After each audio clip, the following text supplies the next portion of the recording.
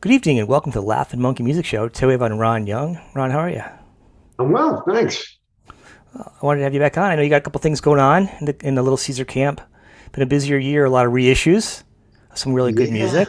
yeah, putting stuff back out that, the 15 people that bought it the first time around, maybe we can get another 15 and really be knocking it out of the park. Well, yeah, that's the size of my audience. So you get an extra 15 people from my audience will bring it into you too. So Oh, it's a, excellent. it's a See, joke. selling it door to door, man. That's if we have to, right? That's if we No, have to. No, yeah, on a serious note, it's some good stuff. I've been listening to it. I like it. Some bonus tracks on it. I'm talking about the newest one, American Dream. But you just put out. What was the last one you did? You did. I can't, well, first we did Redemption. Redemption. We, Yes. we released that, and we put some live tracks, corresponding live tracks to some of the studio tracks, and then did the same with American Dream. And coming out on August 26th, we've got a re-release of This Time It's Different, which is a collection of demos and alternates and obscure kind of stuff that we've had. It was originally put out on when Earl Slick was in the band. Hmm. He started a little record label and needed something to just get some stuff out. So we kind of rounded all this stuff up, and it didn't see much light of day when we first released it, and it's been kind of a collector's item. So we decided to reissue that as well, remaster it, re-release it. Well, it's nice being re-released because you have a lot more stuff now, like on iTunes before or anything. I Yeah, mean, also I looked at it recently. I'm like, I forgot. I know you had releases, but then I looked. I'm like, man, there's a lot of stuff now for you guys on there. yeah, It's no, nice. we're up to like 8 albums. It's like Yeah. we're getting ready to do a tour, and it's so hard to pick and make everybody happy. And you can never make people happy. They're like, well, you didn't do this and that and this. I'm like, we can't play. We're not Bruce Springsteen. We're not going to play for 3 hours, man. I mean, it's like, Well, so Bruce isn't making people happy anyhow lately. no, So lately, no. He's not. But, I guess at this point, at like some it matters. point, they Well, I've turn. read you. I see you on social media, so I know you're not worried about making people happy either with your jokes. No, I know. I'm such a grenade pin puller all the time. You have to be. You're supposed to try to make people think. And I Well, it's try to pretty. It's do it pretty all. funny. I try to do it all with a sense of humor. I know you do. I know you do. I So laugh. I'll throw up that my we two can cents in. laugh at it, make it a little bit more lighthearted, point out the silliness and some of the shit we take way too seriously. And so It, yeah, it's fun. It's my little mission in life. it is fun. I think the last one though was kind of neat, kind of actually a neat point was the struggle of lip syncing Oh in yes. Well, tracks. my commentary, I've got a real pet peeve. Because listen, I'm in the group of bands who are still. We don't bring any crew out. We Right. set up our own gear, and we're doing everything cut right to the bone because we just love doing it and get out there. Hmm. And you got these bands that are out there that, let's face it, we're all getting up there in years, and some singers have not taken care of their voice very Yep. well, and so be it. And they really should hang it up. I'm not going to mention any names, but we see their videos all the time, and yet they still go out, and people, granted, they buy tickets to go see them, and they give them a pass. But for the countless other bands that work their ass off in rehearsals and keep themselves in shape and still feel like they really have integrity, that they're going out there and still delivering it, to me, it's just really a money grab. It's a money grab slash people can't come to terms with their retirement. And I'm no spring chicken. I know I only have a certain number of tours left in me, but it makes me work harder. And I think in general, listen, there's always the diehard fans that are always going to come out. Music is still a huge portion of their life, but especially after COVID, Hmm. when people have kind of picked up new lifestyles, more streaming, everything else, little Right. concerned about going out in the crowd. There's a lot of people that it's hard to get out there. And if the general rule is that a lot of these bands are not what they used to be, that they can't really deliver it, they're like, why should I go out? And it's just going to be, and I just spoke to a lot of musicians who quietly say they're really frustrated by these other bands from the same sort of time period going out there, and it's like, dude, I would love to be like 30 pounds overweight because that means I can keep eating my donuts and everything else. But And sing every third song. Let me tell you. Let me add to that. yeah, let the I crowd went to sing a the certain. high parts. I Yeah, went to a certain. I went to the and actually I avoided COVID all this whole time, and I just finally got it. So hooray for me. Finally, but finally, yeah. finally, I'm right? still in But the unscathed, but I know I escaped up it's until this not gonna. past week. So let me just say, so I don't like going to big places a lot just to begin with. I'm not a fan of people, but I usually if I go out, I go to shows. Saw the stadium tour, right? I've never seen Def Leppard. Wanted to see Def Leppard. I got it as a gift a couple years ago, forever. I'm in New England. We drive out to Boston. Now, whether I'm a fan of the other bands so much or not, all three of the bands sang live, and they were fantastic. They sang to what their music is. Right. I'm not gonna knock anybody. Joan Jett sound like Joan Jett. Poison came out and they really worked it I heard live, and they, Poison's really nailing yeah, it. they did a good job. I mean, CC's sober and making sacrifices. let's see, CC is a good guitar player. I think CC is actually a decent guitar player. Nobody really thinks about his leads. He's a pretty good guitar player. Actually, like interesting leads. But as far as the band goes, they all put it out there. Def Leppard did a really good job. They did doing a stadium concert. They opened with like a brand new song. Who opens? I mean, I give them Oh props for yeah, yeah, opening. yeah. How Oh, do you? that's where bands lose their way. They I know, forget but what people want. everybody loved it. They opened with a brand new song off a new Well, album. there you go. And Good for them. that is so cool. But either way, Now, they're delivering the goods. So they did the hits. They did it. They sang. They loved it. It was good. No. You could hear a little wobble in the voice once in a while. You knew it was live. right. Stayed on. Motley Crue came on. Band sounded, I think, fine for part of it. It was just so hot and humid. I felt like it was 2,000 degrees. They filled the place with like some kind of sulfur smoke to like from effect, which was just too much. After already being in the humidity, I thought I was going to Right. die. And then the band went on.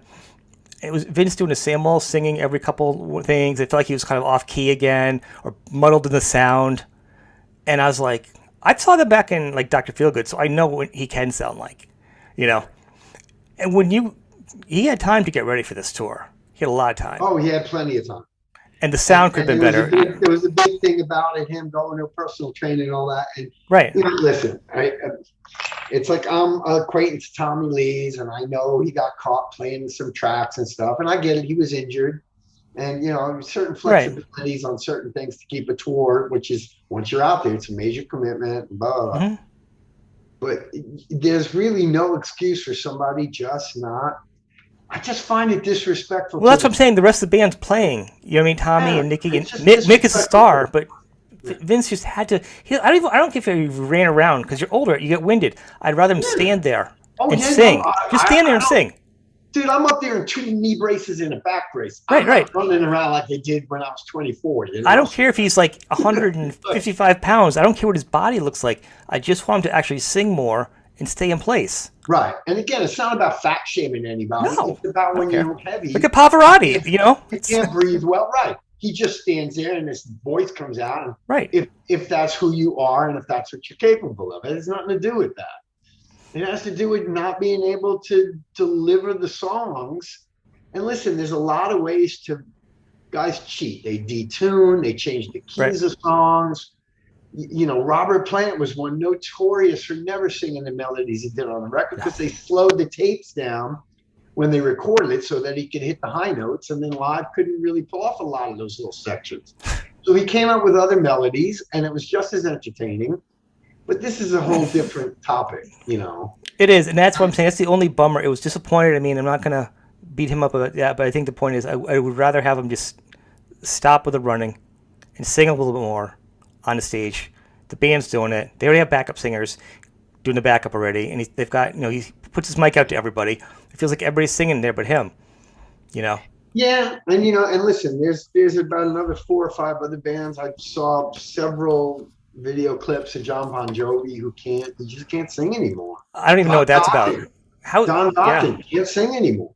So listen, I know it's a tragedy. I know but don't go out there presenting yourself like you're going to go see a concert and then you can't do what people paid to see you do. And to me, it's just people, they're nostalgic. They want to hear it, and they're very loving and they're very supportive of the bands. And listen, I if it wasn't for that, I wouldn't get to do what I do. Right. But it's just, I think, I don't think it's really, doesn't have a lot of integrity to do Well, that I think for that, and whatever you just reason.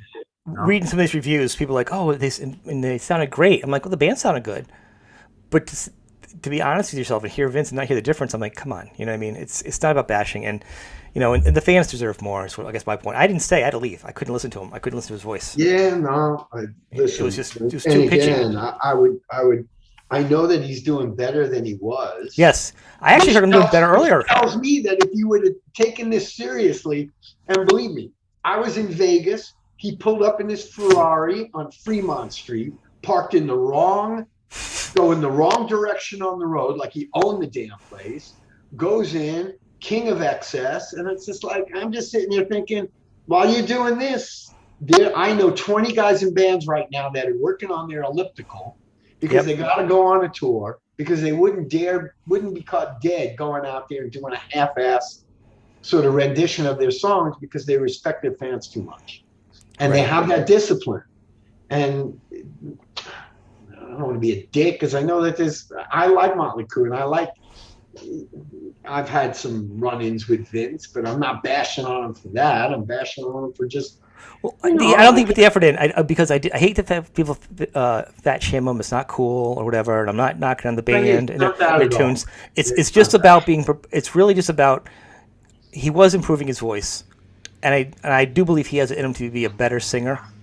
Not the same singer, but to be a better Well, singer. no, And I don't you feel know like he what? put the work in that the band put in. The rest of the band put the work in. If Mick Mars can be there with all of his diseases and stand there, and Yep. he's like 71 holding his guitar, and he held it down. You know, Yeah, no, listen, and we worked with the same producer. We went in with Bob Rock up to Little Mountain right yeah, after, was the record before it was Dr. Feelgood. And I heard all the story. Vince is not technically the greatest singer, never was. right. But But he was always a competent, great front man, and he yeah, delivered the songs when he needed to. And again, funny thing was, my post got reposted by Stevie, and people are like start bagging on me. Little Who? I never heard of your band. It's like it has nothing to do with whether you heard of me or not. That's not the point. I know I sell out. I sell 200 tickets, and you sell 20,000 tickets. That's not the point. That's not the point I'm making. it's being the best you can. It's being better Well, prepared for the show. exactly. It's just a matter of just being other professionals saying, listen, man, this is not good for the industry and our genre in general. And all these people started bagging on me, mentioning Motley Crue. And I'm like, I didn't say a name. So obviously, what I'm saying and who I'm talking about. So if you want to give them a pass, you can give them a pass. But my point is not, well, nobody knows who I am, so I don't have the right Mm-hmm. to point out the facts as they are, whatever. I'm disappointed because I was hopeful because he actually does a lot of side solo gigs. I figured if he sings that much, uses the muscle, and I'd heard some recent things that sounded like he was a little bit better. I'm like, all right, he's got it together. Yeah. We're gonna hear it. And then when I got there, I was like, oh no. Yeah, well, listen, once you're on a tour, you have a schedule. And if you're not, if you're not taking care of your voice before the show and after the show and during the show, and you get caught up in what bands like that tend to be famous for getting caught up in, you're not hydrating right, you're not sleeping right, you're not resting your voice, you're doing all this other stuff, and you can't. I mean, I have all these things. I'm about to go on the hardest tour schedule I've ever done. Yeah, it looks pretty It seems aggressive. to get harder every year. And I keep being able to pull it off, but it's a lot of commitment and discipline. What are you doing for your voice now? Because I know you also don't sing as high as like the Motley Crue screams and Doc, and that's one of the problems with those guys. You know what? All of that is style and technique. Right. People have a natural range. You can't make your voice do something that it's not capable of Right. doing. So I was never a big fan of the Brian Johnson started it, Axl Rose perpetuated it, Vince Neil perpetuated it. That's what. But you lose that range when you lose that range when you get older. For most people, that's the whole point is. Well, but that's what's called singing from your mask. That style is called a mask voice, and it's a style of singing. And everybody gets older, they lose notes in their range. I've lost like 2 notes in my range. Fortunately, we did everything in what's called standard tuning, E. So we did what's a very common practice. We detuned to E flat. after our second record years back, because I realized I don't need to beat myself up on this. That gives me one note back in the range. So all the other stuff is, a lot of it is just working on your craft to try to get that note or two back.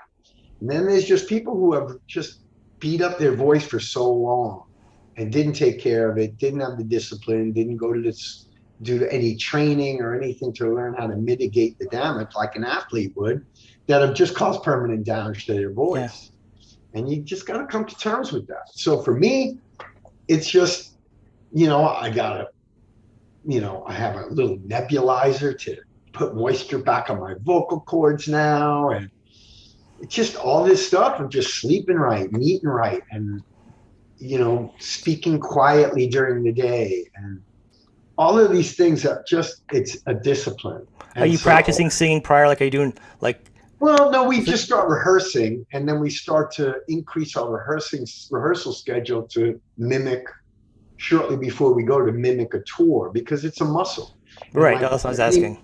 Muscle, you got to tear it up and let it heal for it to get stronger. That's what bodybuilders do.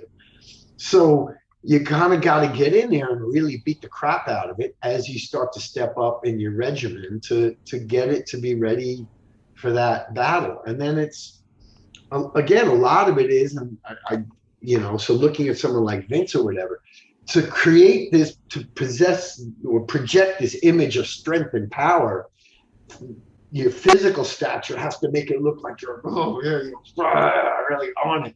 But you got to keep all this really loose, because you could do 20 rehearsals in a row, and if you're just singing the song like nothing, and then you go to do shows and you're pushing just this much harder, by the second or third night, you're like, wow, this is totally different.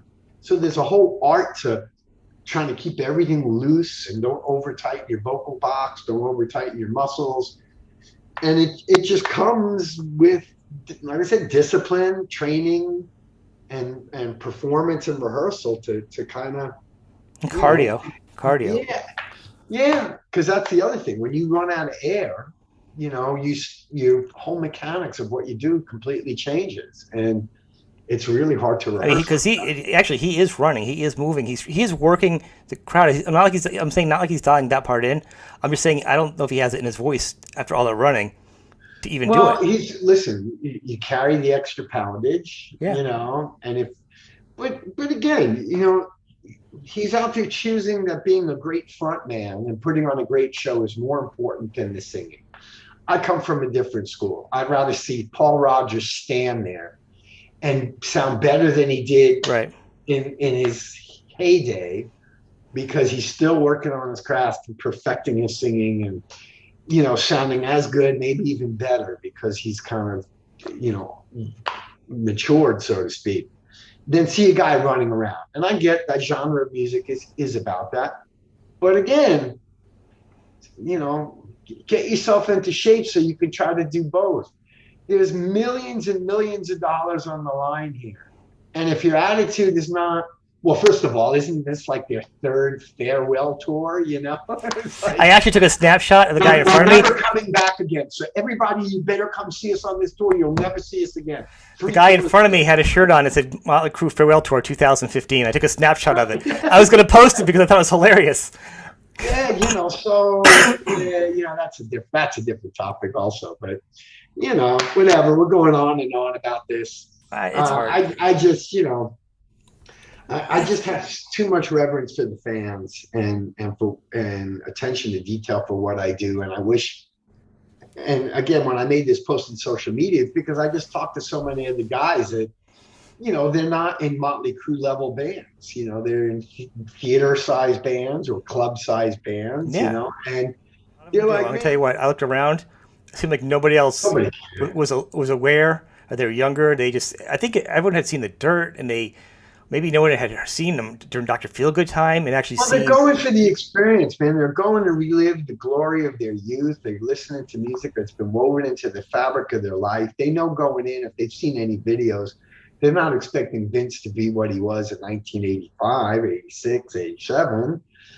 And listen, man, God bless their fans for loving them anyway, and going for that. If they were going for just the music, I know my concept of this is I'm too anal and detail oriented because I'm the guy that has to write it, play it, record it, and do all that. So, and there's nothing wrong with the fans for accepting it either. No, But it's just two different hence worlds. It's why just I was different. kind of generic about this. The group of guys that can't do it anymore and still do it, and I think there's a problem with that. And then there's the guys that are, still, guys I know that, I mean, geez, like George from Rhino Bucket, he'll do 50 shows in like 56 days. He's a monster. Like, He is a monster. dude I is love a him. machine. I He's a love him. machine. I love And, him. He's the best.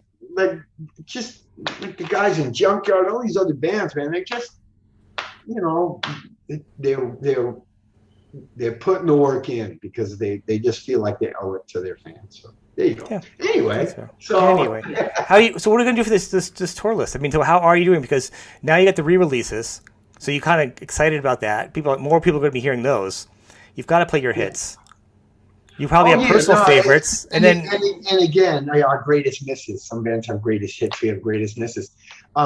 Yeah, we always have the inter-band battle of, well, we got to do this, we got to do, and I'm like, listen, what we should do is we should go to Spotify and we should look and pick the top 10 most streamed tracks, and those have to be in the set. Okay. From there, we pick songs that then round out the set to make the strongest set possible as a flow and a show. But you got to give people what they want to hear. And I don't care if you're bored with playing it, and I don't care if you really love this other song. We'll try to work those in. But the most important thing is to entertain, to give people what they want. And so, like I said, it's hard when you have 8 albums to pick from. That's what I'm saying. So we made sure on this tour to throw out a lot of it because you kind of get lazy. It's like, oh man, we already know all these songs. Let's just put those in and we'll add it. No, let's change up like 50% of it. Because as people come and they see us, I mean, we've got fans that go to 6, 7 shows in the tour. That's what I'm saying. So you're going to change it every night? You're going to mix it up a little bit? Yeah, we're going to change up mostly the encores, to throw those in there. And on the nights when everything's just magical and we wind up playing even longer or just call something out. But most of it is just to grab some of the really obscure ones that were always fan favorites that labels never got around to putting out as a single, but by the fans' overwhelming, support and love of a certain song, it's like, oh man, if this would have ever been a single, we would have had a better shot at getting more success, because it seems like it's just generally loved across the board for whatever reason. Musicians and even record execs are the worst judges of what's going to be, successful. Well, they're businessmen. They're bankers. Yeah, that's it. Or they overthink it, So it's a common was a common problem in the corporate days for sure. How are you going to promote these albums? Are you going to be like as these come out? Any extra videos? Any little promotional things, lyric videos? There's none of that planned because we just, it's so hard for us to just fiscally get new releases recorded, made, and videos made. Yeah, for I understand. I just almost didn't even know these. It almost escaped me if I wasn't reading so much in the music and the music news and stuff. Right. Yeah. So the casual fan, this will slide right by him. Yeah. Well, it is, and that's why we try to promote it through the band website and through my own personal Facebook page and stuff. There was no delusion that all of a sudden an obscure track from 1992 was going to make the band a hit, get on the charts or something. So most of this was for fans and to just try to find a reason to re-release material that gets glossed over. I mean, we put out our last album, 8, which is now like 4 years old because of COVID, you get involved with these smaller companies and they say they're going to do all these things for you, and they come out of the gate really strong and they promote one song and the rest of the record is just tossed out and they move on to the next release. And there's a bunch of songs that we thought were really strong and that we thought, at least our fans and everything would really love. Yeah, that's Otis thing. I was going to ask, who's that big boy? Otis. Yeah. Go ahead, Otis. Take a nap. You're a big boy. Go, yeah. Make sure you get comfortable on that couch. Yeah, he's my mastiff. He looks like he's a good Um, boy. he's a very good boy. I think that's the thing with labels. I heard a lot of the newer labels have picked up bands from your genre and everything else, where they're good. You get the album out, it's great, it's exciting. You get 4 to 6 weeks of the That's it. release for backing. They're done. They're either on to their next album with somebody Yeah, else, or and usually do something else. That's the shelf life. some labels that are even more notorious about it than others. I don't know. I'm not going to label. We've already talked about enough labels for people today. Yeah, I know who you're talking about, though. I I know know. who it was I'm actually. already going to get enough, pipe bombs and anthrax in my mailbox. But um, yeah, and but let's call it what it is. There is no revenue in hard product anymore. Right. There's only the really fanatical fans that will buy actual hard copy product like a CD. So it's all digital release. And the reality is that these companies can't keep their doors open. There's what are they going to collect? 0.003 cents a stream? How does that make them money? At least when these songs become popular, be it largely or even just within your own fan base, that promotes people coming out and wanting to hear those songs live, which is where bands really, it's the only place they can make money now is from merch sales and ticket sales. It's not from the record themselves. And you even hear guys like Gene Simmons and the guys in Aerosmith say, we're never doing another new record again.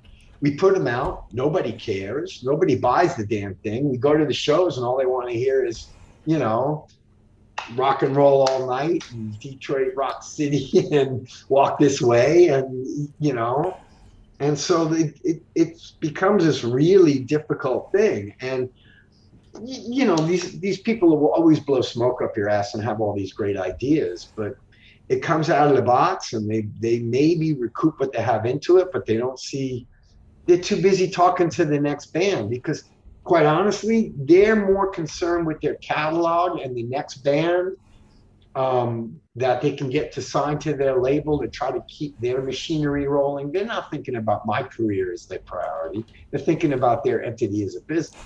Right. So I understand, but it just gets incredibly frustrating because, a record shouldn't be one single and maybe one video and then maybe another half-assed attempt at a release and then, screw the other 9 or 10 songs, So unfortunately, that's just kind of the way it's gone for people where I'm in a musical genre that wasn't singles oriented. We're album oriented, Took like 3 albums to get going back in the day. Yeah, and records were deep. And, I remember when Garth Brooks refused to have his music on iTunes because they would separate things to single songs. And he said, no, I'll only sell my album. It's a whole entity that I wrote and it has a sound and it has a purpose and it has a curation that was made to be a whole. And he fought it for a long time and then he had to give in, I don't think anybody had a choice. You either do it. The machine is so big now with streaming. Yeah. Even Neil Young had to give in. He couldn't. You just can't fight the machine anymore. If you want to have music out there, you have to do it somehow. Because you're hurting your fans really at this point. Because again, that's the thing. Who are you really teaching a lesson to? Right. And you're going to try to teach a lesson to a corporation who, quite honestly, has thousands of other bands. Yeah. Or your fans who can't access your music. Yeah, or they're just trying to, some of these businesses, some of these labels are just tax write-offs for other businesses, because there's just no money in it, and so, this is where when guys like in Metallica were screaming about, file sharing and how it was going to kill the music business, they were visionary. They were kind of douchey about it, but the point that they were making was that you're taking money out of the artist's mouth. And, unfortunately, you're taking money out of the label's mouth. But the weird thing is, to be the counterpoint to that is because of social media and the internet, there's a million new bands that actually get heard where they used to have to try to get a major record deal or a large independent. And, a lot of it's crap, a lot of it's great. There's some unmined gems that are out there that people talk about in little circles, but it's made, if it wasn't for that ability to sell your own records and reach out to your own fans, Yeah. we wouldn't have the sustainability, if we had to wait for some label, to give us a life. Well, that's the We thing. can, A lot of bands have with the smaller things now, with the niche audience. You make more yeah, money focused with what you got now. yeah, Just like on these flyout dates and these weekend, these great package shows where you're not oversaturating the market. You can fly in, do 2 shows, monsters of this, cruise of this, and then the band can fly home to be with their yeah, family, and rest. team up with other bands and Right. get more people out because it's a unified thing. And that's the thing.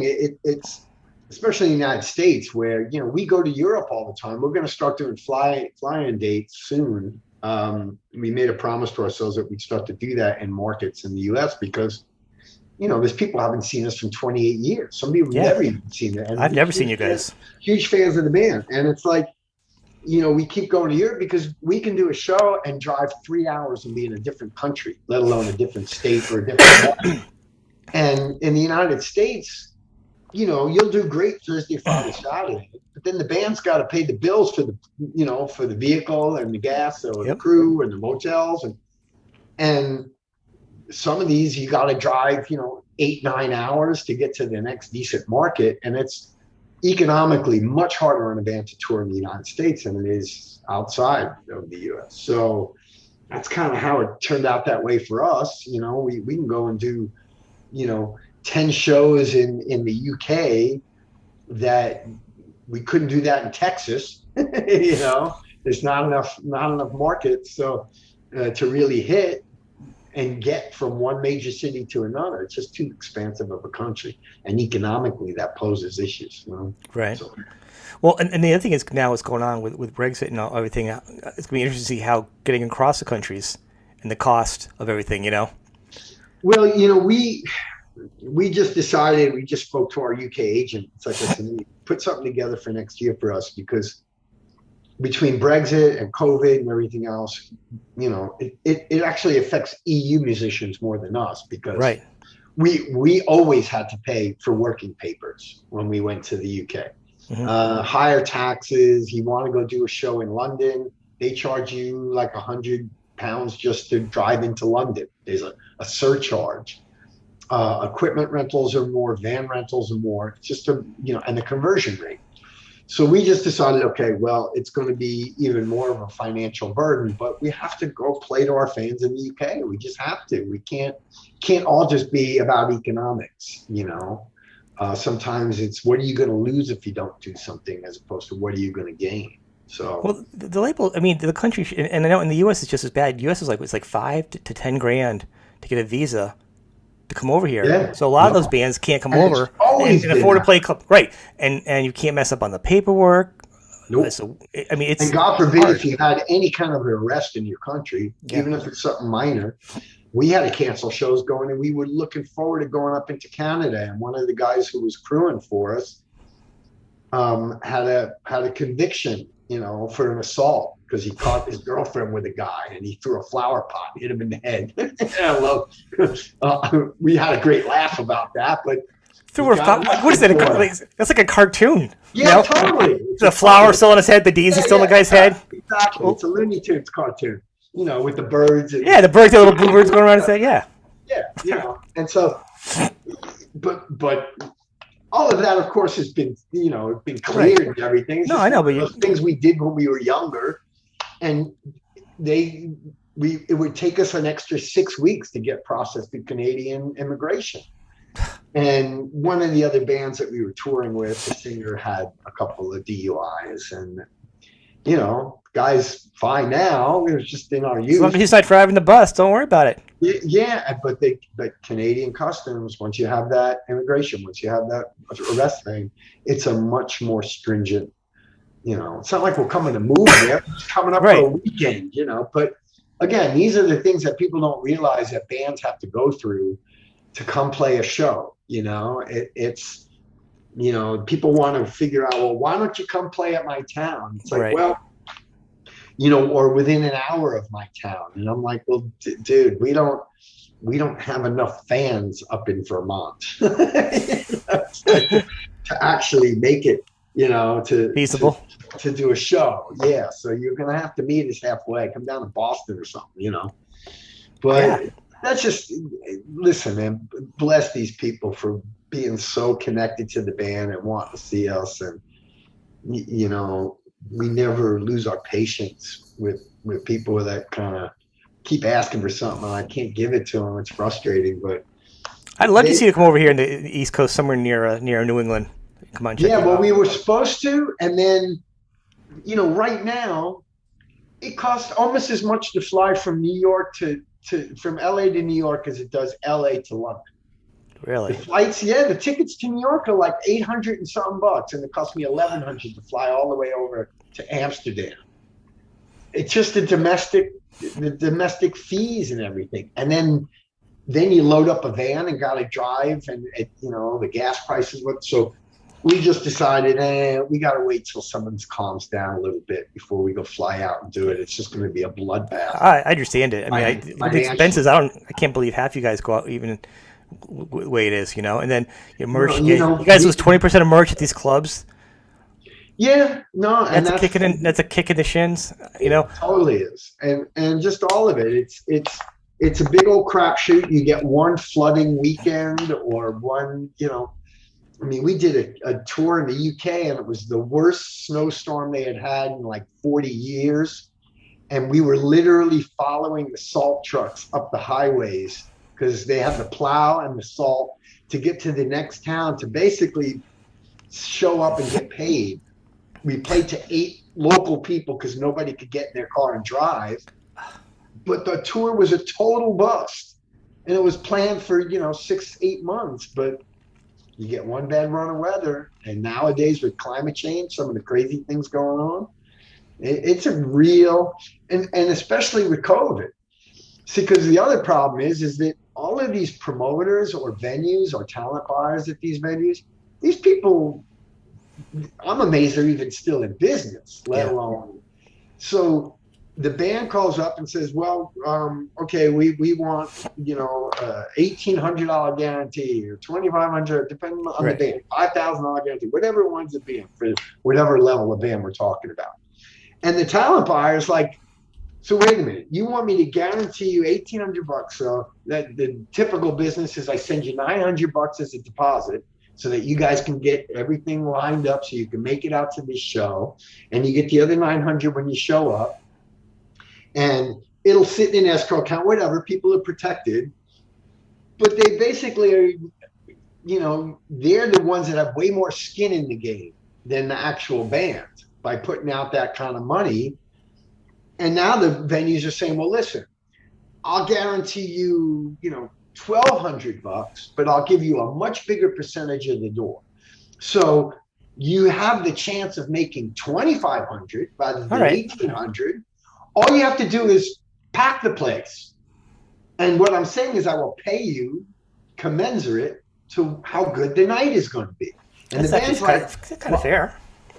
it would seem, but the band on the other side counters with, yeah, but you don't have to get the vehicle and the crew and the flights and all this stuff up front, which you can't just put this together in 5 minutes. Right. I got to do all this stuff months in advance, and I got to commit to all these things. And both the venue and the band agree that if there's one big outbreak of COVID and the city puts some mask mandate or occupancy limit, which was happening, up to recently, there goes the whole show for everybody. So it hasn't quite gotten worked out yet of who should bear more of those risks and how does that wind up becoming equitable. The venue, hey, listen, if they protect themselves and don't pay anywhere near as much front guaranteed and they have a great night, they make a lot of money. But on the front end, if the doors are open and 10 people show up versus the doors are open and 1,000 people show up, they still had to staff it. They still had the beer. They still had the lights. They still had so they don't have as much skin in the game on that side of it. So again, this is one of those disruptive things that happened during COVID that really hasn't gotten worked out yet. That a lot of bands, and then the other big thing is now all the bands that stayed home for 2 years, they're all on the road. They're all trying to get back out there for their fans. They're all trying to make money again. They're all trying to, and now you got to book a tour over a year out because all the venues are totally booked. I heard the vans are too. The vans and the buses are kind of tied up too. Yeah, there's no, well, that, and a lot of people liquidated their fleets of like vans and all this stuff during COVID because they got a tax break and they, and just like they sort of, it's a supply chain issue. You keep hearing that sort of thing, but it's all of these disruptions in a business that was disrupted because of so many things to begin with: economics, downloading, streaming, all this sort of thing where, the music business has kind of been reeling for years as to how do we find new ways of generating revenue. And, look at Bruce Springsteen, all of a sudden, there's, I feel sorry for him that he's getting a bad rap. There's things a lot of outside of his control on the way these ticket prices go and how Ticketmaster works and all these other things. But there's also other things that he's been called out on that he's got to own, Well, I think he has some control over some of those prices. Those prices could be a little bit lower. He's got enough money. Yes, he's got enough money. See, that's a very socialist way of looking at music. No. Well, I go further. I don't feel like I should take away from anybody by saying he has enough money where everyone's getting paid and a lot of other artists aren't even able to do that. I say that not as a political thing. No. But I think the problem is if it's economic thing. But listen, every single band comes across some set of circumstances where they have to define if they're really who they say they are. And a guy like Bruce Springsteen, who's put out mass numbers of records talking about being there for the working class, right? That's my point. Considering a guy that is a multi-millionaire 10 times over. If the guy really wanted to do something that was as protest-like as he is as in his music, he could have probably figured out some new way using his girth, weight, influence, and ability to break the grip of some of this scalping bullshit. Right. But chose to just blame it on other entities and go with the flow. Well, that's my point. Is he has enough to survive, so he could push back and help his fans that can't afford $300-$400 a ticket to see one artist play. Listen, his fan base are. You go see Billy Joel sold out 28 nights in a row. I know it's crazy. There's not many 60-year-old, piano players, poverty level people whose main priority is to go hear him sing piano there. It's people who they've made a life for themselves, right? And they're middle class or upper middle class, and they treat themselves, or it's just, we can go to the Cape for the weekend, or we can go get box seats for Billy Joel. I can put my kids in college, or I could go see Bruce Springsteen. Exactly. And that's, like Rolling Stones, they have these like limited edition jackets that are $600. But people buy it because, well, I've been a fan of the Stones ever since I was in dentistry school. Well, obviously, you now are a dentist and you're doing quite well. You can afford the jacket. Because between the tickets, the jacket, and the dinner, the parking, and the babysitter, you are deep into your pocket, dude. Yeah. There's no doubt. You are. That's crazy. And unfortunately, that's made it a very, live music is almost becoming elitist, on the big show level of things, just, financially. So, whatever, man. But it's one of those things that, if I was 24 years old, I'd be freaking out that I got to find, that's why so many 24s are becoming app developers and not musicians. They're not chasing the dream of being a musician anymore. They'd rather be a social media influencer and an app developer. Because the real rock stars now are Jeff Bezos and Kim Kardashian. Tell me one rock star. I don't mean a pop star, but a rock star in his mid-20s that is socially or commercially relevant on a level from anybody that would compare to anyone in the 60s, 70s, or 80s. One. Thank you. Thank you for playing our game. Did I get a prize? Did I get a prize? Yeah, no. What you get is the revelation that this isn't rock and roll music is not culturally anywhere near as culturally relevant as it was I'm in aware of that. That's what this show is decades. about, is I reminding know, people. I remind right? people about it. That's what Yeah, we go to. People, I want people to buy your merch, go to the shows. This is what this is about. This is, yeah, and keep these venues open if you want to keep yeah, music alive. go to the shows. I know it sounds kind of token, but No. that's the reality. And I got to tell you, when we go to shows, and first of all, it's a reality check because like we look around and it looks like we're playing at the Gandalf convention because it's all dudes with beards, you know. And, Yeah. we're like, wow, this is really, playing to a whole bunch of Lord of sort the of Rings. It's a LARPing. It's like a LARPing event. right, yeah. And we're like, man, I remember when they used to. I mean, we were never a band that tons of cute girls followed to begin with because of the biker thing, but whatever. But then we look out, we see some pretty girls, and we find out, well, it's the daughters of the wizards that showed up. And so You shall not pass, Ron. right. And so they come out and they're all like, oh my God, I grew up listening to your music because my dad played it all the time. And they're real fans of music because they were raised by people who are real fans of music. And I do everything I can to make them feel welcome and appreciated and, throw them a shirt. It's like, wear this thing, but just keep telling your friends how great music is. But it's become this more limited cultural passionate thing. I mean, make music now, and this goes back to that sort of whole thing where there's amp companies, only the best are going to survive. There's not enough people buying amps to keep all these companies in business.